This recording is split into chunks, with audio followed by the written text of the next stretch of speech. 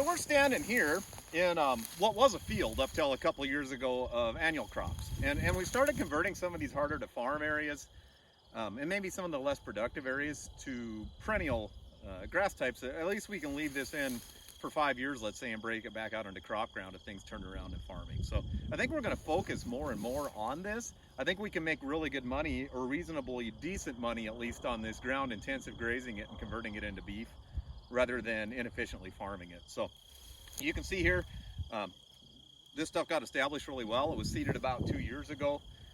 We grazed the cattle on it just briefly after we seeded it that first year to kind of clean the weeds up. That was one of the things we're going to cover actually in this video, is using the cattle also to manage the weeds end of things. So kochia is really a pretty high protein plant, as long as they have some other roughage they can mix with it. That's usually our biggest issue the first year in. So you're always going to have kochia coming grass the first year. The amazing thing with nature is once you fill that void with grass or alfalfa plants, the kochia goes away, right? So this had some kochia that came in it, but really pretty well established grass stand. We've got a couple of brome grasses in here, some intermediate wheatgrass, I believe, and some fleet meadow brome, and then some grazing alfalfa.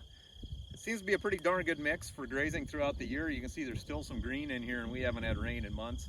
The reason there is so much material left in this field is we're going to try doing some winter stockpiling of forage. So we're just going to leave this stuff, and this is where the cattle will be in the winter oftentimes when it gets stormy anyways. Turn the cows out in here and let them forage through here and not feed them as much hay.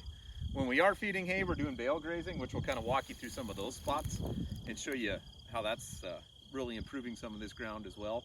As far as increasing organic matter, obviously we're getting so much more done here because we basically have a multi-species cover now in here, right? We've got alfalfa, which is a legume, 4 different grass species, and then some other stuff, natural weedy type stuff that volunteers in here that's just a positive for the soil. So weeds aren't always a negative. Those weeds are filling a void in here if you see some of those out in throughout this. So ideally we'll come in late fall or winter if the ground's not froze and intensive graze the cattle back across this in kind of a dormant grazing situation. If the ground's too froze, we'll just turn them in here. There's 40 acres here, but a fair amount of tonnage.